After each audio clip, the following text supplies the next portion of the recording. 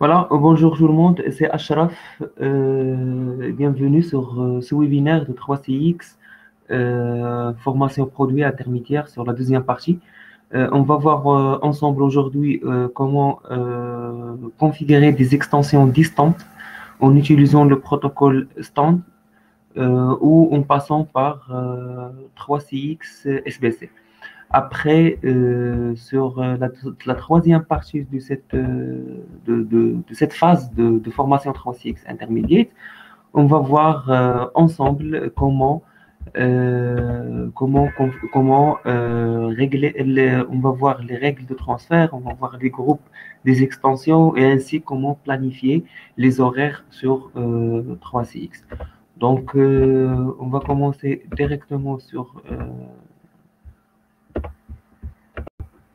voilà, on va passer directement vers les téléphones IP distants. Et les prérequis, c'est d'avoir respecté le module de configuration de pare-feu sur le niveau de côté serveur. Après, on a besoin d'avoir fait un IPv6 avec un certificat SSL validé, un téléphone IP supporté. Donc, pour utiliser une connexion à distance, donc on aura besoin des téléphones IP qui sont supportés avec 3CX comme Fanville, Grandstream, Hightech, Polycom, Snom, Yalink, etc. Sinon, vous pouvez voir tous les téléphones ou les marques qui sont supportées et certifiées avec 3CX sur le site de 3CX /SIPphone. Alors, au niveau des prérequis, au niveau de la partie STAN, on a besoin d'un serveur mail fonction, donc c'est SMTP. Par défaut, 3CX te donne les SMTP de 3CX. Donc, pour checker cette étape-là, il suffit juste d'aller sur la partie email et faire le test d'email. Si ça marche, donc tout va bien. Après, on va voir l'accès au pare-feu à la passerelle distante. Si on va utiliser les SBC, donc SBC, c'est un hardware qui nous garantit la connexion, c'est un tunnel qui nous garantit la connexion entre le serveur qu'on a et bien sûr les téléphones distants. Donc dans ce stade-là, 3CX, il suffit juste d'avoir une machine sous Windows ou bien sous Linux et il te donne le software nécessaire pour l'installer sur cette machine-là et on va configurer les appareils téléphoniques à l'aide de l'SBC et cet SBC-là sera connecté avec 3CX, avec le serveur de 3CX distant. Voilà, donc on sera besoin de connaître le module de configuration téléphone de bureau local. C'est ce que vous avez principalement vu au niveau de formation de 3CX basique. Une machine sur l'emplacement distant. Donc voilà, c'est les spécifications matérielles recommandées. Vous pouvez le voir sur ce lien-là. Voilà, des autres prérequis comme l'adresse IP locale du fixe et les adaptateurs non utilisés, on doit les activer. Voilà les avantages de chacun. L'avantage d'utiliser des extensions distantes, c'est la capacité pour les utilisateurs distants de passer des appels internes. Petit exemple, si on a site A qui a le serveur 3CX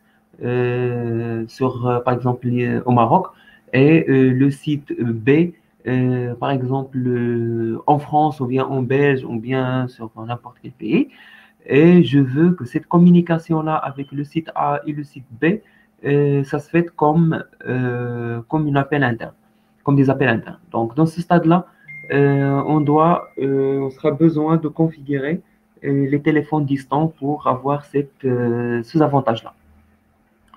Donc, l'expédition des téléphones IP, l'emplacement distant ne nécessite pas une adresse publique fixe. Site A qui a le serveur 3CX, on a besoin d'adresse IP fixe. Par contre, que le site B, on ne sera pas besoin d'adresse IP fixe publique dans ce stade-là. Et ça fonctionne de n'importe où. Donc, soit si vous voulez configurer deux sites ici, par exemple au Maroc, l'un à Casablanca et l'autre à Marrakech, et vous voulez que la communication, ça passe comme les communications internes, donc c'est OK. Sinon, si vous avez d'autres sites à l'étranger, ça passe aussi.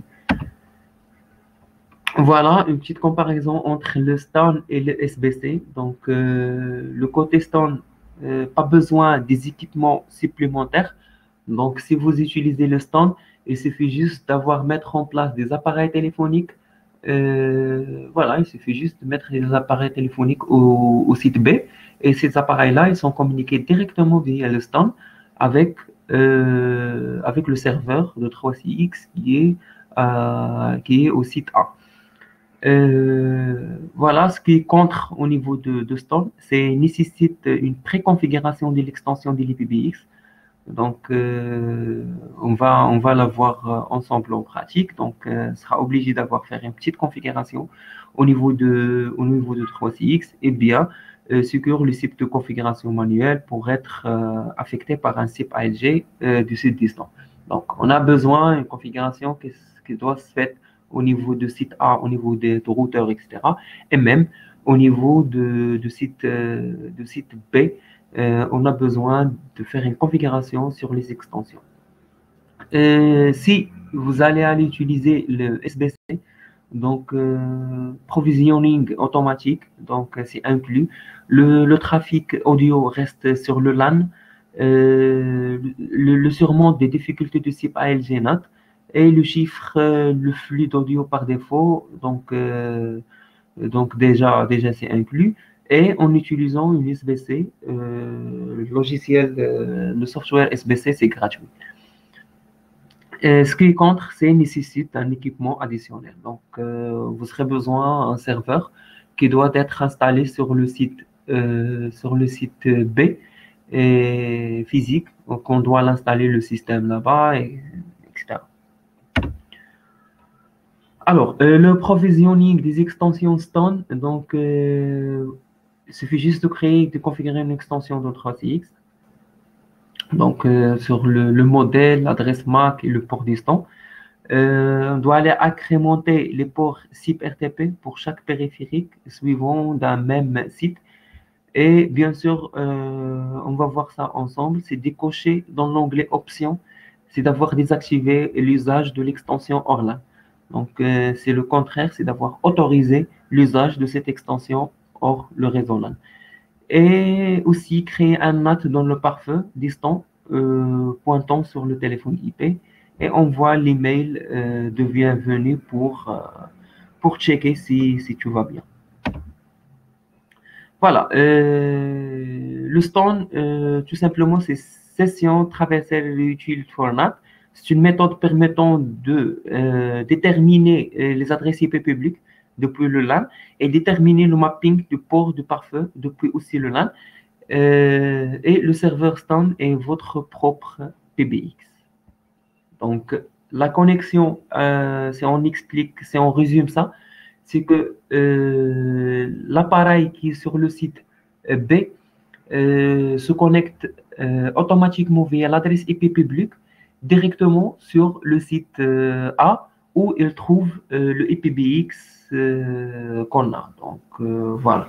Donc, les appareils se pointent directement via le stand sur l'IPBX du site A via l'adresse IP publique.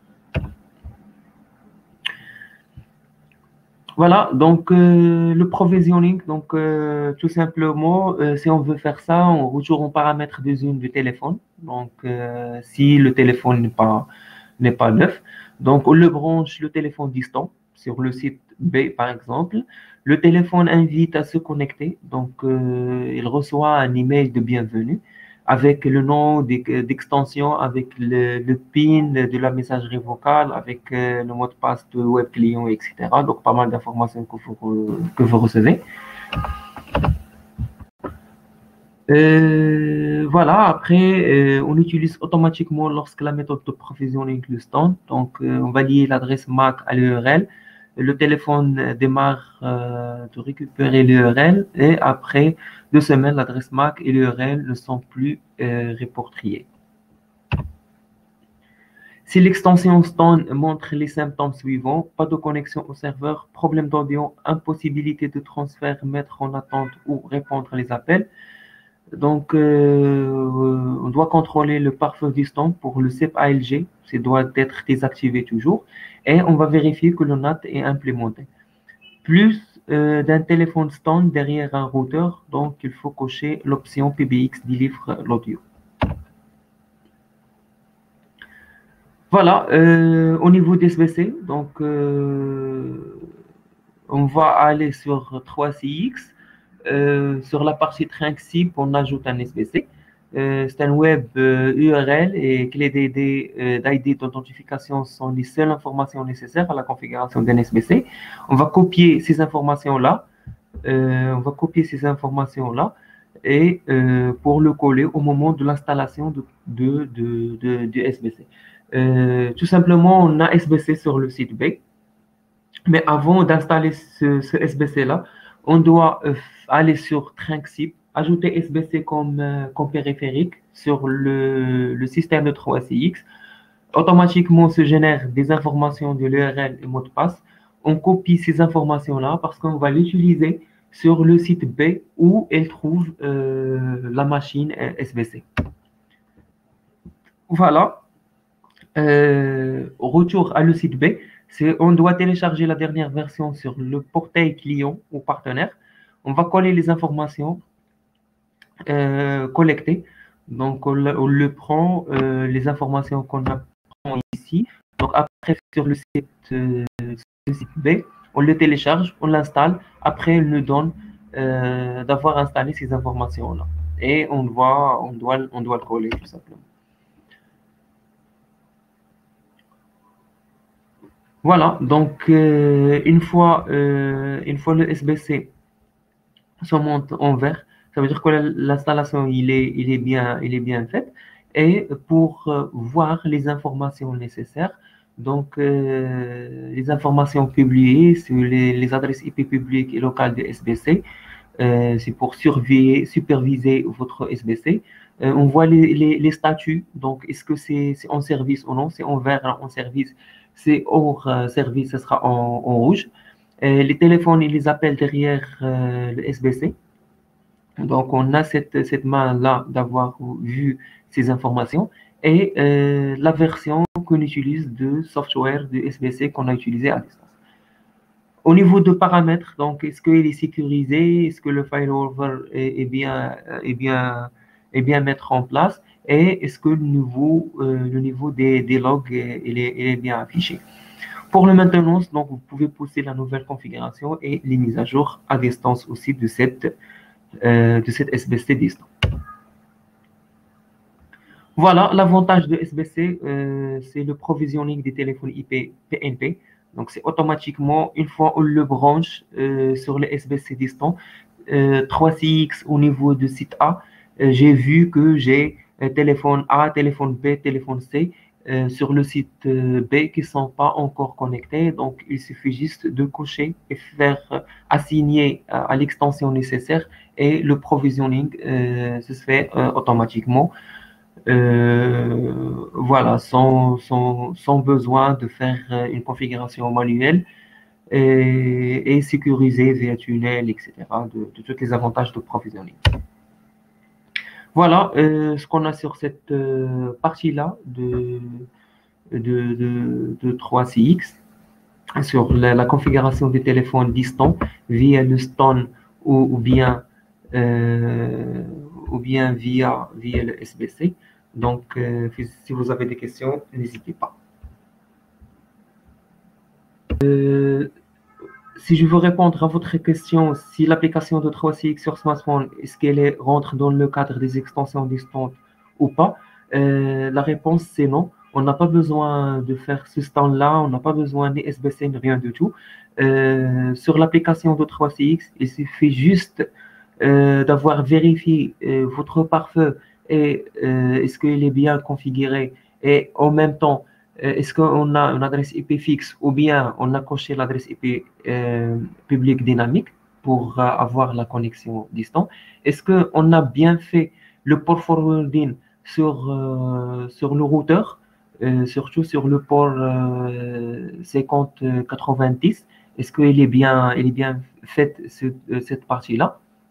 Si c'est OK, si tout va bien au niveau de ces ports-là, il suffit juste de scanner le QR code de cette extension-là et le téléphone distant se connecter automatiquement sans vraiment besoin ni de vérifier, ni de faire une configuration standard, ni de faire une configuration SBC.